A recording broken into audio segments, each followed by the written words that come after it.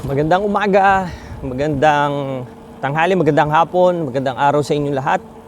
Muli, nakapag-DoorDash tayo at ang DoorDash natin is 10:30 at least until 12 p.m. Saturday ngayon at I hope marami tayong makuha kasi Sabado at magla-lunch na. So papunta tayo sa isa sa mga on the way na tayo doon sa isa sa mga hotspot natin. Ito ay sa Silver Lake. So usually dalawa yung pinupuntahan natin, isang Westwood, isang Silver Lake. So ito yung Silver Lake. So ang kinikater dito yung mga nasa Hollywood and sa Westwood, West Hollywood kasi yon. So medyo hindi yun dun sa Hollywood banda. Anyway, sana makarami tayo. At of course, sana maging safe tayo sa ating biyahe. Salamat po sa panonood. Samahan niyo ako ulit. Let's go! Guys, may nakuha na tayong first order. It is from Starbucks. 0.7 or 0.9 miles for $4.50. Papunta na tayo ngayon doon. At i-pick upin na natin. Ito ang ating first order. Oh, may dinagdag si DoorDash. For this $6 additional si Starbucks din. Tara, pick upin natin lahat. Nyo guys, ayun na yung Starbucks. Tatawid lang tayo dito para ma-pick up na natin items. So 0.7 miles, $4.50 siya. Tapos nag-add na $6. Hindi ko lang alam kung gaano kalayo.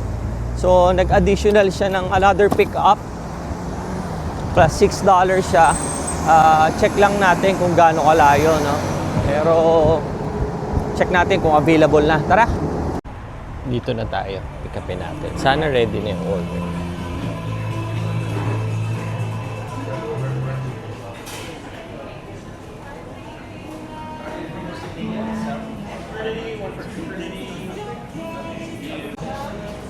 This one, okay na si Rebecca. Yung isa na lang hintayin natin si Brody kasi sabi Rebecca and Brody daw. Daming tao ngayon sa Starbucks. At least yung isa natin okay na itong Rebecca. Tingin ko kaya okay na ito Rebecca. Wala nagpipick up nito. Ang rate kasi nito is $4.50 for 0.7 miles. Something like that. So medyo mababa yun. Baka walang tip to o kaya tip nito piso lang. Kaya siguro ito nandito na. Pero yung isa yung Brody wala pa. Anyway, okay lang yan kasi kahit ano namang order natin okay lang basta yung sa store, yung sa mga establishment na ganito, restaurant, food ba. Actually meron isang order na dinecline ako, unang-unang offer ng DoorDash, shop and pay and deliver. 12 items, doon pa lang yung nakita kong 12 items, hindi ko na in-accept. 2.1 miles for around $12. Yun yung una, dinecline ko siya. Kasi medyo marami yung bibilin, 12 items. Tapos sa pavilions, hindi ako familiar sa place. So yung kakainin mong oras kakahanap ng mga items na yun. Kamukha nito, meron ka ng dalawa. So ayun yung isa, si Brody, ayun na, piniprepare na nila. Alright, pick up done. And then, continue na tayo sa delivery. The way na tayo guys dun sa ating first delivery. Sabi kay Brody daw, leave at the door. Dito na tayo guys sa first drop off natin. 3 minutes lang. Hotel siya, Hamilton. So, leave at the door. Puntahan na natin yung guest. Tara. So, bumaba siya guys. So, napakaganda pagka ganun. Bigay na natin sa guest at walang kahirap-hirap, hindi na tayo umakyat doon sa room niya. Next stop, papunta na tayo doon sa pagdideliver natin. 0.8 miles, ito yung $4, 0.550.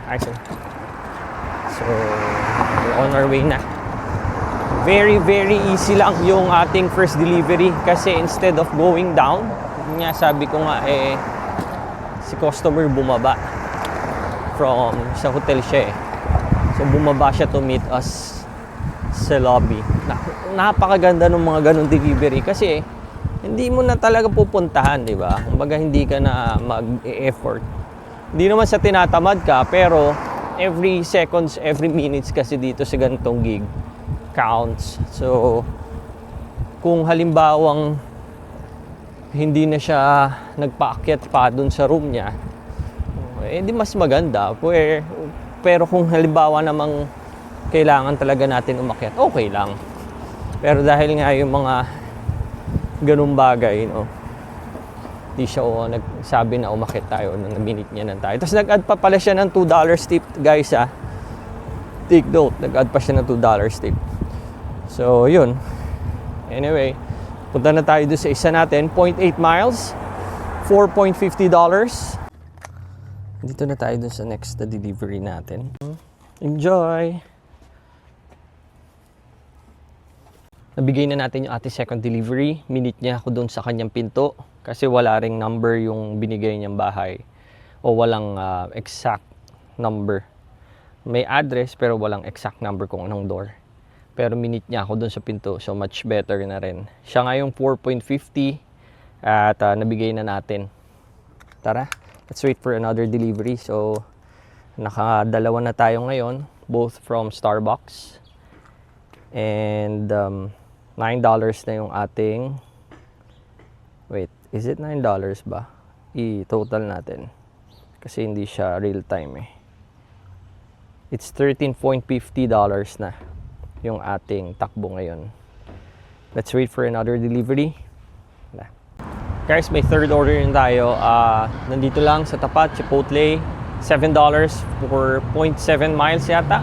Hi, how are you? I have for Amalia. Appreciate it. Pick up na natin yung order. Ito na siya. Dadalhin na natin sa customer.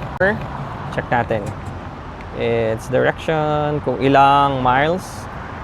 It's 1 mile for $7. Sa bike yun. So, minsan, mas mabilis pagka, syempre, pag nagka-car ka. Mas mabilis din man minsan pag nagbabike ka. Depende kasi sa route. So, pag pinigdot mo kasi yung bike route, doon ka ipapasok o doon ka ituturo ng map sa mga skinita. So, minsan mabilis, minsan mabagal. Anyway, papunta na tayo. Tara. There you go. Open and door. Then, na-drop lang natin to sa kanyang door.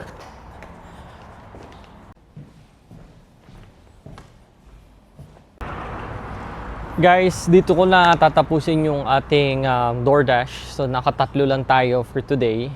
The reason why 12:13 na rin, hindi pa ako nanananghalian. At today kasi Saturday, walang pasok ang mga bata, wala rin pasok actually mamaya may pasok si Mrs. So, maximize ko lang yung time na sabay-sabay kami kumain ng lunch. Samahan nyo ako ulit sa susunod na delivery adventure natin.